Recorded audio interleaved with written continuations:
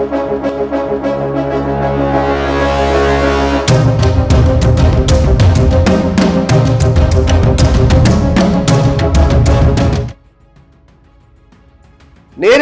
Venezuela, மறைமுகமாக சீனா, அமெரிக்காவுடைய மிகப்பெரிய பிளான் என்ன அப்படிங்கிற பத்தி பார்க்க போறோம். வெனிசுலாவை நேரடியாக தாக்கிய அமெரிக்கா, வெனிசுலாவை தன்னுடைய கட்டுப்பாட்டுக்குள்ள கொண்டு வரக்கூடிய பணிகளை ரொம்ப தீவிரமாக இறங்கக்கூடிய அமெரிக்கா, இதன் மூலமாக மறைமுகமாக சீனாவை அட்டாக் பண்ணியிருக்காங்க அப்படிங்கிறது மிகப்பெரிய விஷயமாக பார்க்கப்படுகிறது. சீனா கடும் எதிர்ப்பு, வெனிசுலா மீதான அமெரிக்காவின் நடவடிக்கைக்கு எதிர்ப்பு தெரிவித்த முக்கியமான நாடுகளை சீனா ஒன்று. இதுக்கு கடுமையான எதிர்ப்பும் அவங்க தெரிவிச்சிருக்காங்க. அமெரிக்காவின் நடவடிக்கை தவறானது அப்படிங்கிற அடிப்படையில் அமெரிக்க ராணுவம் என்ன பண்ணாங்க, திடீர்னு வெனிசுலா மீது ராணுவ நடவடிக்கை நடத்தி அந்த நாட்டினுடைய, அதாவது வெனிசுலாவினுடைய அதிபர் நிக்கோலஸ் மதுரோவையும் அவருடைய மனைவியும் கைது பண்ணி நாடு கடத்தினாங்க அப்படிங்கிறதா உலக அரசியலே திரும்பி பார்க்கக்கூடிய மிக முக்கியமான செய்தியாக மாறியது. ஒரு நாட்டுடைய அதிபரையே அமெரிக்கா கைது பண்றாங்களே அப்படிங்கிற மாதிரி பேசப்பட்டது. ரொம்ப காலமாகவே, நீண்ட காலமாகவே அமெரிக்காவுக்கும் வெனிசுலாவுக்கும் இடையே மோதல் அப்படிங்கிறது இருந்து வந்தது. என்ன, ஏன் மோதல்னா, போதைப் பொருள் வெனிசுலாவிலிருந்து அமெரிக்காவுக்கு கொண்டு வரப்படுது அப்படிங்கிற மாதிரியான குற்றச்சாட்டை அமெரிக்க அதிபர் ட்ரம்ப் தொடர்ந்து சொல்லிக்கிட்டே இருந்தார். இதோட பின்னணியில பல முக்கியமான காரணங்கள் இருந்தாலும் கூட மோதல் அப்படிங்கிறது அமெரிக்காவுக்கும் வெனிசுலாவுக்கும் நீண்ட காலமாகவே இருந்து வந்தது. இருந்தாலும் ட்ரம்பினுடைய இந்த அதிரடி நடவடிக்கையின் பின்னணி அப்படிங்கிறதா இப்போ தகவலாக வெளியாகி இருக்கிறது. மோதல் அப்படிங்கிறது நீண்ட காலமாக இருக்கு. ஆனா திடீர்னு எதுக்காக ட்ரம்ப் வெனிசுலாவுடைய அதிபரை அவருடைய மனைவியும் கைது பண்ணியிருக்காரு? இது என்ன, எந்த மாதிரியான ஒரு நடவடிக்கை, இதோட பின்னணி என்ன அப்படிங்கிறதா பரபரப்பை ஏற்படுத்தியிருக்கு இந்த விவகாரத்துல உலக அளவுல.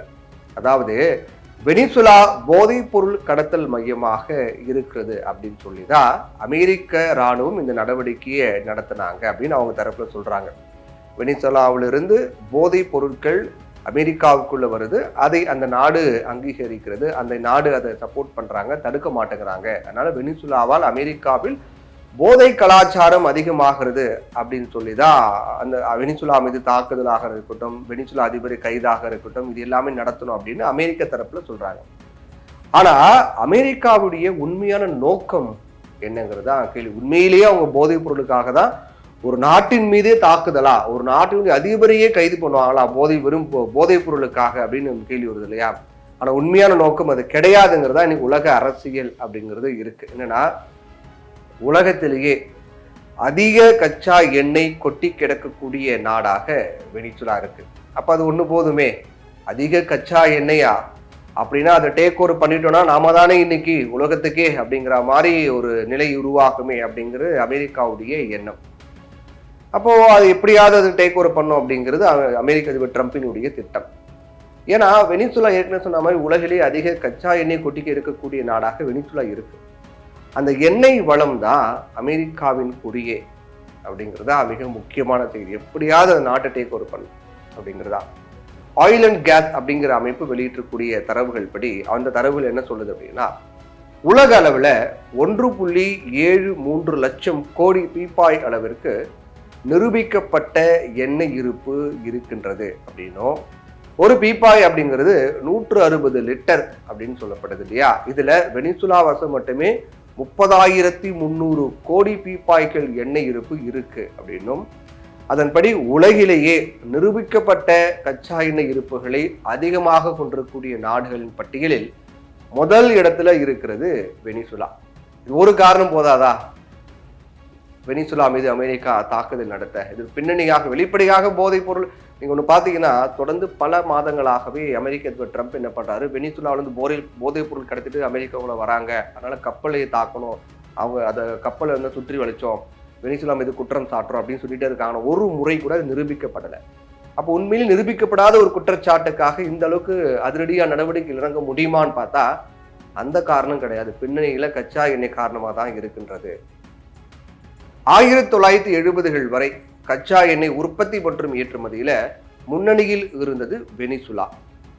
இப்போ அவங்க கிட்ட கச்சா எண்ணெய் அதிகமாக இருந்தாலும் கூட 70 வரைக்கும் தான் ஏற்றுமதியில முன்னணியில் இருந்தாங்க வெனிசுலா. ஆனா அங்க கம்யூனிச ஆட்சி மலர்ந்து தனியார் கிட்ட இருந்த எண்ணெய் வளங்கள் அரசுடைமையாக்கப்பட்டது. இதனால என்ன ஆகுது அப்படின்னா, அமெரிக்க அரசுக்கும் அமெரிக்க எண்ணெய் நிறுவனங்களுக்கும் வெனிசுலா எண்ணெய் வளங்களை அனுப்பும் வாய்ப்பே போனது. ஏன்னா வெனிசுலால இருந்து அமெரிக்காவுக்கு எண்ணெய்கள்லாம் சப்ளை ஆயிட்டு இருந்த சமயத்துல பிரைவேட்டேஷனா இருந்ததை கவர்மெண்டா மாத்துறாங்க, பொது உடைமையா மாத்துறாங்க கம்யூனிஸ்ட் ஆட்சி வந்த பிறகு. அப்போ வெனிசுலாவிலிருந்து அமெரிக்காவுக்கு அனுப்பப்பட்ட எண்ணெய், வெனிசுலாவால் அமெரிக்கா அடைந்து வந்த லாபம், ஆதாயம் எல்லாமே கட்டாது. அதனால வெனிசுலா மீது அமெரிக்கா என்ன பண்றாங்க, பல பொருளாதார தடைகளை விதிச்சாங்க. இந்த பொருளாதார தடைகள் காரணமாக என்ன நடக்குது அப்படின்னா, வெனிசுலா அரசால தங்களுடைய எண்ணெய் சுத்திகரிப்பு அமைப்புகளை நவீனப்படுத்த முடியாம போகுது. நிறைய வளங்கள் வச்சிருக்காங்க, வெனிசுலா முழுக்க எண்ணெய் வளங்கள் நிறைய இருக்கு. ஆனா அது வச்சுட்டா மட்டும் போதாது, அதை சுத்திகரிக்கணும், அதை ஏற்றுமதி பண்ணணும், அதுக்கு எல்லா வசதிகளும் தேவை. ஆனா அமெரிக்கா விதித்த பொருளாதார தடையால நவீனமாக அதை சுத்திகரிக்க முடியும். அமெரிக்கா விதித்த பொருளாதார தடை காரணமாக வெனிசுலாவில் என்ன பண்ண முடியல, சுத்திகரிப்பு அமைப்புகளை நவீனப்படுத்த முடியல, அப்டேட் ஆக முடியல, அது மேற்கொண்டு எதுவும் அவங்களை டெவலப் பண்ண முடியல. ஆனா எண்ணெய் எல்லாம் அப்படியே இருக்கு, ஆனா இருக்கிற எண்ணெயை நவீனப்படுத்த முடியாம, அதை வெளியே சுத்திகரிப்புக்கான நவீனப்படுத்துதல் இல்லாம வெளியில அது அனுப்ப முடியல, ஒண்ணுமே பண்ண முடியல, முடங்குது மொத்தமே.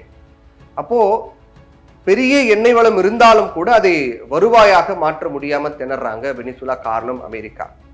அமெரிக்காவின் நடவடிக்கை காரணம் என்னங்கிறது முன்னாடி சொன்ன, பிரைவேட்டா இருந்ததை கவர்மெண்டா பொது உடைமையா மாத்துறாங்க வெனிசுலா. அதனால அமெரிக்கா ஏமாற்றம் அடைகிறாங்க, எங்களுக்கே நீங்க கொடுக்க மாட்டீங்களா, உங்களுக்கு தடை விதிக்கிறேன்னு பொருளாதார தடை விதிக்கிறாங்க. அதனால வெனிசுலா பெரிய அளவில் பாதிக்கப்படுறாங்க. எண்ணெயை சுத்திகரிப்பதற்கு நவீனப்படுத்த முடியல, போதிய கட்டமைப்பு இல்லை, அதனால எண்ணெய் எல்லாமே வெனிசுலாக்குள்ளேயே முடங்குது. அப்போ இந்த நிலையில தான் என்ன ஆகுது, இப்படி இருக்கும்போது திடீர்னு சீனா என்ன பண்றாங்க, உள்ள என்ட்ராங்க. சீனா உள்ள என்ட்ராகி வெனிசுலாவுக்கு ஹெல்ப் பண்றாங்க, உதவிகளை நீட்டுறாங்க. தொடர்ச்சியாக வெனிசுலாவுக்கு கடன் கொடுக்குறாங்க, நிதி உதவிகளை கொடுக்குறாங்க சீனா ஒரு நாட்டுக்கு கடன் நிதி உதவி கொடுத்தாங்கன்னா அது அதோட பின்னணி என்னங்கிற நம்ம எல்லாருக்குமே தெரியும். அப்படியே வாரி சுருட்டுறதா அவங்க பார்ப்பாங்க. அந்த வகையில வெனிசுலாவுக்கு நிறைய கடன் நிதி உதவி எல்லாமே கொடுக்குறாங்க சீனா. இதுக்கு மாறா என்ன பண்றாங்க வெனிசுலா, சீனாவுக்கு கச்சா எண்ணெய் வழங்குவது அப்படின்னு ஒப்பந்தம், ஒரு அக்ரிமெண்ட் போடுறாங்க. சீனா நமக்கு ஆபத்தில் உதவுறாங்க, பணம் கொடுக்குறாங்க, நிதி கொடுக்குறாங்க, உதவி பண்ணுறாங்க, நாம சீனாவுக்கு கச்சா எண்ணெய் கொடுக்கலாம் அப்படின்ற ஒரு அக்ரிமெண்ட் உருவாகுது. இப்போ சீனா கிட்ட கடனாளியாக இருக்கக்கூடிய நாடுகளில் வெனிசுலா ஒன்று. அதனால சீனா வெனிசுலாவினுடைய எண்ணெய் வளங்களை கைப்பற்றி விட்டால் உலக அளவில் அதன் கை ஓங்கிவிடும். அதனாலதான் ஓவர் நைட்ல தாக்குதலை நடத்தி அதிபரையே தட்டி தூக்கி இருக்காரு அமெரிக்க அதிபர் ட்ரம்ப். இப்ப புரியுதுங்களா, இப்ப பின்னணியில இவ்வளவு பெரிய அரசியல், கச்சா எண்ணெய் அரசியல் தான் இன்னைக்கு உலகத்தை ஆட்டி படைக்குதுன்னு சொல்லலாம். அந்த அளவுக்கு சீனாவிடம் கடனாளியாக வெனிசுலா இருக்கிறது. சீனா வெனிசுலாவை டேக் ஓவர் பண்ணிட்டாங்க அப்படின்னா சீனாவுடைய கை பன்மடங்கு ஓங்கும், அது அமெரிக்காவுக்கு பாதிப்பு. அதனால உடனே களத்துல இறங்க அப்படின்னு நைட்டோட நைட்டா இறங்கி அதிரடியா காட்டி வெனிசுலா அதிபரையே தூக்கி இருக்காரு அமெரிக்க அதிபர் ட்ரம்ப்.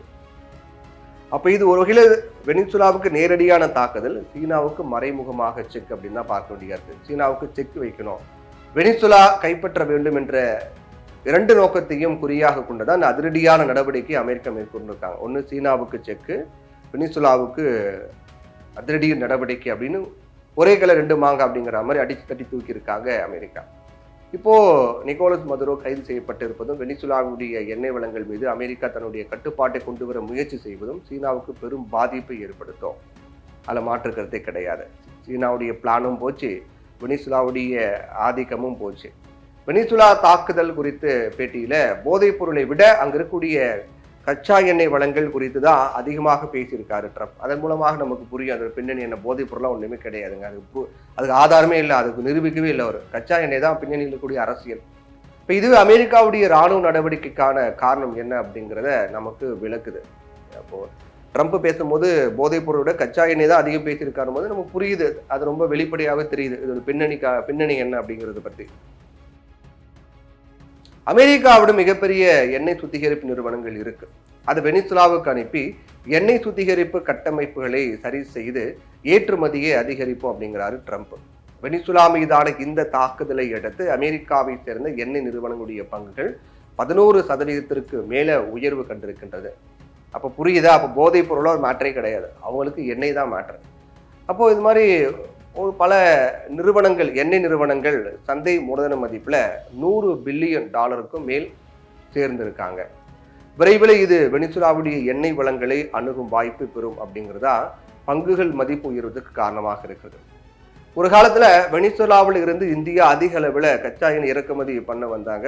தினமும் 4 லட்சம் பேரல்கள் வரை இறக்குமதி செய்யப்பட்டது. ஆனா அமெரிக்க அரசு விதித்த பொருளாதார தடைகளால இந்த கடந்த 2020ஆம் ஆண்டுல வெனிசுலா கச்சா எண்ணெய் இறக்குமதியை இந்தியா நிறுத்தி விட்டாங்க. இப்ப இந்திய பொதுத்துறை நிறுவனமான ONGC அவங்க வெனிசுலாவினுடைய ஒரு குறிப்பிட்ட பகுதியில கச்சா எண்ணெய் எடுக்கக்கூடிய பணியில ஈடுபட்டிருந்தது. இதுக்காக வெனிசுலா அரசு நிறுவனமான PDVSA அப்படிங்கிற ஒரு நிறுவனம் ONGCக்கு 9,000 கோடியை வழங்கணும். வெனிசுலாவினுடைய பொருளாதார நெருக்கடியால இந்த தொகை இதுவரை வழங்கப்படவில்லை. இப்போ அமெரிக்காவின் கட்டுப்பாட்டின் கீழ் வெனிசுலா கொண்டு வரப்படுவதால் அந்த நாட்டில் கச்சா எண்ணெய் வணிகம் மீண்டும் எழுச்சி பெறும். இந்தியாவின் ONGCக்கு கிடைக்க வேண்டிய 9,000 கோடி விரைவில் கிடைக்கும் அப்படிங்கிற நம்பிக்கை இந்த நிகழ்வுகள் மூலமாக பிறந்திருக்கிறது. அதோடு இந்தியாவினுடைய பொதுத்துறை நிறுவனமான ONGC மற்றும் ரிலையன்ஸ் குழுமம் ஆகியவை வெனிசுலாவில் மீண்டும் கால் பதிக்கக்கூடும் அப்படின்னு எதிர்பார்க்கப்படுகிறது. தனியார் மற்றும் பொதுத்துறை நிறுவனம் அப்படின்னு இருக்கக்கூடிய ONGC, ரிலையன்ஸ் இவங்க எல்லாமே வெனிசுலாவில் மீண்டும் கால் பதிக்கக்கூடும் அப்படின்னு எதிர்பார்க்கப்படுகிறது. இதுதான் உலக அரசியலை தீர்மானிக்கக்கூடிய சக்தியாக கச்சா எண்ணெய் இருக்கிறது. அதனுடைய வெளிப்பாடு தான் இந்த வெனிசுலா மீதான அமெரிக்காவின் தாக்குதல் அப்படிங்கிறது நம்ம பார்க்குறோம்.